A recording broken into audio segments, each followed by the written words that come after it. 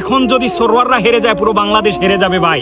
আমাদের সিলেটকে বাঁচান, আর এই সিলেটকে বাঁচানোর জন্য আমাদের সরোয়ার আলমকে প্রয়োজন। একজন প্রবাসী হিসেবে আমি আরও লক্ষ প্রবাসীর দাবির নিয়ে আমি আপনাদের কাছে জোড় হাত করে বলতেছি, আপনারা এই বিষয়টাকে একটু সিরিয়াসলি নেন।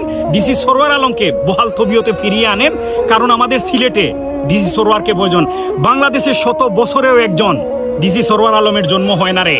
বাংলাদেশে হাজার হাজার ডিসি আছে, কিন্তু কয়জন ডিসি সরোয়ার আলমের মতো আছে, যার দক্ষতা এবং সততার কারণে পুরো সিলেটের দুর্নীতিকে তিনি গলা চিপে ধরছেন। তার বড় প্রমাণ হচ্ছে সিলেটের শাহজালালের মাজারের দুর্নীতি।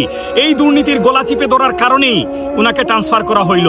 আমি দয়া করে বিনীতভাবে অনুরোধ রাখবো আমাদের দুজন শক্তিশালী যে মন্ত্রী আছেন, এই দুইজন মন্ত্রীর কাছে, আপনারা কি জনগণের মতামতকে মূল্যায়ন করবেন না?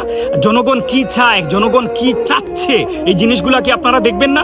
আপনাদের দুজন মন্ত্রীর হস্তক্ষেপে যদি আপনারা না পারেন, তাহলে আমি বিনীতভাবে অনুরোধ রাখি আপনারা প্রধানমন্ত্রী পর্যন্ত যান। আমরা সিলেটবাসীরা চাই বহাল তবিয়তে যেন উনি আবার পোস্টে তাকে বহাল করা হয়। এই ডিসি সরোয়ার আলমকেই প্রয়োজন আমাদের সিলেটে। এই দুর্নীতির গলা চিপে ধরার জন্য সরোয়ার আলমের প্রয়োজন। এই সিলেটে যত দুর্নীতি, যত রকম অন্যায়, যত ধরনের যত কিছু হচ্ছে, সব কিছুর মূলে কিন্তু উনি গলা চিপে ধরছেন ডিসি সরোয়ার আলম। দয়া করে আমার ভিডিওটিকে রাজনৈতিকভাবে নেবেন না। যদি আপনি বাংলাদেশকে কিংবা বাংলাদেশের সিস্টেমের উপরে ন্যূনতম আপনার দরদ থাকে, ভালোবাসা থাকে, তাহলে এইসব বিষয়ে কথা বলা হচ্ছে আপনার ইমানি দায়িত্ব।